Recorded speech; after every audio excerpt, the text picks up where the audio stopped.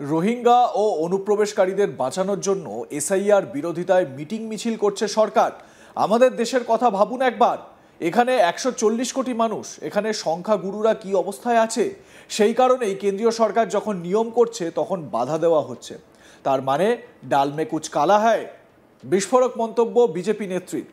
SIR বিরোধী মিছিল শেষে সভা থেকে বিজেপি পরিচালিত কেন্দ্রীয় সরকার ও নির্বাচন কমিশনকে আক্রমণ তৃণমূল নেত্রী মমতা ব্যানার্জির। তার দাবি, বাংলাকে টার্গেট করেছে বিজেপি, ওদের লক্ষ্য বাংলা থেকে 2 কোটি নাম বাদ দেওয়া। মঙ্গলবার আম্বেদকরের মূর্তির সামনে থেকে মিছিল শুরু করে তৃণমূল কংগ্রেস। ঠাকুরবাড়িতে তা শেষ হয়, সেখানে বক্তব্য রাখেন মমতা ব্যানার্জি। আর সেই মুহূর্তে অন্যদিকে উত্তর 24 পরগনার সোদপুরে প্রতিবাদ মিছিল করেন রাজ্যের বিরোধী দলনেতা শুভেন্দু অধিকারী। তারপরই রাজ্যের শাসক দল তৃণমূল কংগ্রেসকে বেনজির আক্রমণ করেন বিজেপি নেত্রী লকেট চ্যাটার্জি। বৃহস্পতিবার শ্রীরামপুরের বিজেপি সাংগঠনিক মিটিংয়ে উপস্থিত ছিলেন লকেট। সেখানেই সাংবাদিকদের মুখোমুখি হয়ে বলেন, রোহিঙ্গা ও অনুপ্রবেশকারীদের বাঁচানোর জন্য এসআইআর বিরোধিতায় মিছিল চলছে। আমরা বলেছি, পাকিস্তান, আফগানিস্তান, বাংলাদেশের যারা সংখ্যালঘু তারা এলে ভারতবর্ষে নাগরিকত্ব দেওয়া হবে। সংখ্যাগুরুরা কেন আসবে? আমাদের দেশের কথা ভাবুন একবার। এখানে 140 কোটি মানুষ, এখানে সংখ্যাগুরুরা কি অবস্থায় আছে? সেই কারণেই কেন্দ্রীয় সরকার যখন নিয়ম করছে তখন বাধা দেওয়া হচ্ছে। তার মানে ডাল মে কুছ কালা হ্যায়। কি বলতে চেয়েছেন লকেট চ্যাটার্জি, শুনুন। বিভিন্ন জায়গা খালি হয়ে যাচ্ছে, যারা মানে ওখান থেকে মানে এখানে বিনা কাগজে বিনা কিছুতে এখানে ঢুকে গেছে, এখানে তারা রয়েছে, তারা যারা এই ভারতবর্ষের নাগরিক আছে, আমরা বাংলার নাগরিক, আমরা ভারতবর্ষের নাগরিক, আমাদের নিজস্ব একটা অধিকার আছে, আমাদের জমি আমাদের অধিকার আছে, আমাদের খাওয়ার আমাদের অধিকার আছে। তারা যদি অন্য কেউ বিনা কাগজে বিনা এতে অন্য দেশের নাগরিক আমাদের এখানে ঢুকে আমাদেরই খাদ্য বাসস্থান নিয়ে নেয়, তখন আমরা কোথায় যাব? আমাদের প্রায় 140 কোটির দেশ রয়েছে। আপনি দেখবেন অন্য কোনো জায়গায় অন্য কোনো দেশে আমাদের এরকম ভাবে থাকতে দেবে কখনো? কোনো দেশ দেয় না। ভারতবর্ষ কেন দেবে? কেন ভারতবর্ষেই এখানে এই জায়গাটাকে পেয়ে যাবে তারা, যেখানে অন্যান্য জায়গায় আজকে বাংলাদেশের মতো জায়গায় যেখানে আজকে তারা সংখ্যাগুরু রয়েছে, তারা এখানে কেন চলে আসবে? কিসের অধিকার আছে তাদের? আমরা পরিষ্কার বলেছি যে যারা ভারতবর্ষ, পাকিস্তান, আফগানিস্তান থেকে যেসব হিন্দুরা রয়েছে তারা এখানে আসে নাগরিকত্ব পাবে। হিন্দু আছে, খ্রিস্টান আছে, পার্সি আছে, জৈন আছে, তারা পাবে। কিন্তু যারা ওখানে সংখ্যাগুরু রয়েছে তারা কেন এখানে আসবে? আজকে আমাদের এখান থেকে যারা ওখানে আছে তাদের অবস্থা দেখে দেখুন তো। যারা এখান থেকে আমাদের এখানে যারা সংখ্যাগুরু আমরা হিন্দুরা রয়েছে, তারা বাংলাদেশে কি অবস্থায় রয়েছে? তো আমাদের দেশের বেলায় কেন এই নিয়মটা থাকবে? আর কেন আমাদের সরকারি এই নিয়মটা যখন করা হচ্ছে, দেশের কেন্দ্রীয় সরকার করছে, তখন এটাকে বাধা দিচ্ছে? তার মানে ডাল মে কুছ কালা হ্যায়। এখানে এইভাবে ভোট নেওয়া হয়। সেই জন্যই এসআইআর কে একটা মানে ভুল একটা মানুষকে ন্যারেটিভ সেট করে আজকে রোহিঙ্গাদের বাঁচানোর জন্য, অনুপ্রবেশকারীদের বাঁচানোর জন্য এত বড় বড় মিছিল চলছে, এত বড় বড় ক্যাম্প বসেছে, ধমকি দেওয়া হচ্ছে, হুমকি দেওয়া হচ্ছে। মানুষ সব বুঝতে পারছে। দেখুন 26-এ কি হয়, মানুষ দেখবেন এই সরকারকে হাঁটাবে। ভুল ন্যারেটিভ সেট করে রোহিঙ্গাদের বাঁচানোর জন্য, অনুপ্রবেশকারীদের বাঁচানোর জন্য এত বড় মিছিল চলছে, হুমকি দেওয়া হচ্ছে।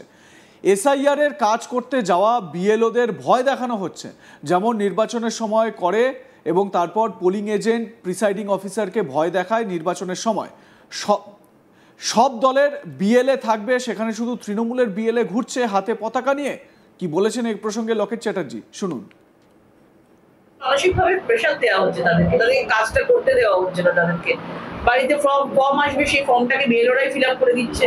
কিন্তু এখানে বিএলওদের মধ্যে তারা ঝান্ডা নিয়ে যাচ্ছে, যেন মিছিল করে যাচ্ছে। বিএলওরা নেতাদের মতো তাদেরকে এই করা হচ্ছে। কোনো কোনো জায়গায় দেখছিলাম তাদেরকে ধমকি দেওয়া হচ্ছে। তৃণমূলকে কেন ডাকা হয়নি? সেই বিএলও একজন মহিলা, তিনি কেন তৃণমূলের নেতাকে ডাকেননি, সেটা ধমকি দেওয়া হচ্ছে। সেই আমাদের বুথ এজেন্ট হয় না, সেই প্রিসাইডিং অফিসার আর বুথ এজেন্ট, সেরকম একটা গরম দেখতে পাচ্ছি এখানে। কোনো জায়গায় দেখতে পারবেন না যে বাংলায় যেরকম ভাবে চলছে এসআইআর নিয়ে, যে আমাদের সবকিছু সম্পদ, নির্বাচন কমিশন আমাদের, ভোটার লিস্ট আমাদের, সবকিছুই আমাদের। এবং সেটা ইচ্ছে করে এরা করছে, ভয় দেখানোর জন্য করছে। আমরা বলবো যে একদম নিশ্চিন্তে থাকুন।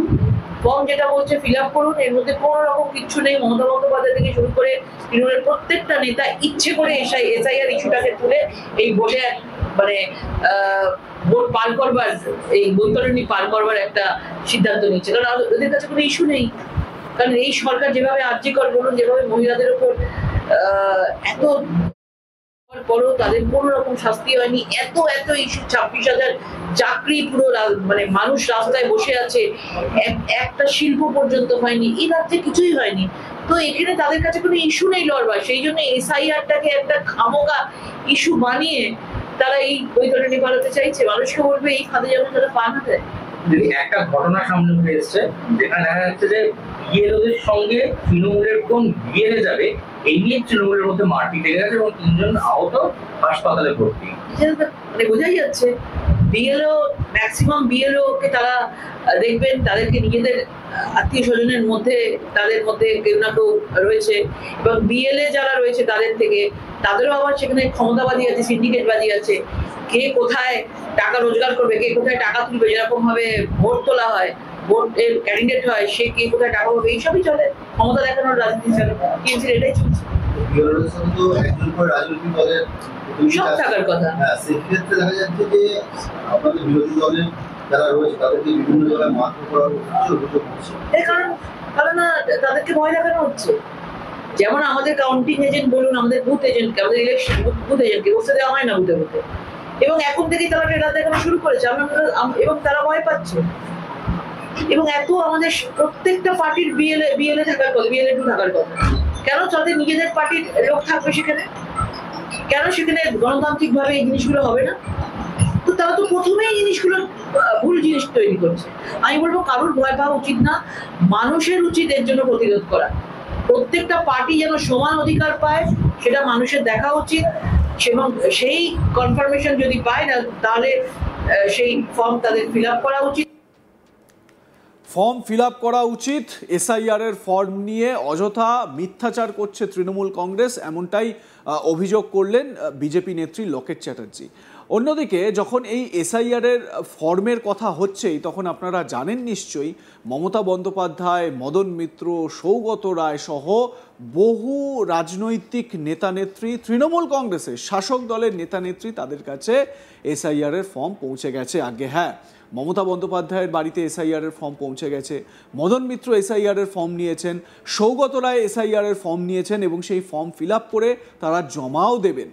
সুতরাং এ কথাটা স্পষ্ট যে আপনাদেরও ফর্মটা ফিল আপ করা জরুরি। অযথা আতঙ্কিত হবেন না। পলিটিক্যাল নেতারা তারা যা খুশি তারাই বলুক, আপনারা ভয়ভীত হবেন না, আশঙ্কাগ্রস্ত হবেন না। আপনারা যদি অবৈধ নাগরিক না হয়ে থাকেন তাহলে এই এসআইআর নিয়ে আপনাদের কিন্তু কোনো ভয় নেই। আপনাদের মতামত কি জানাতে ভুলবেন না। দেখতে থাকুন আজ তাক বাংলা। সাবস্ক্রাইব করুন আমাদের ইউটিউব চ্যানেলটি, বেল আইকন প্রেস করুন নোটিফিকেশন পেতে।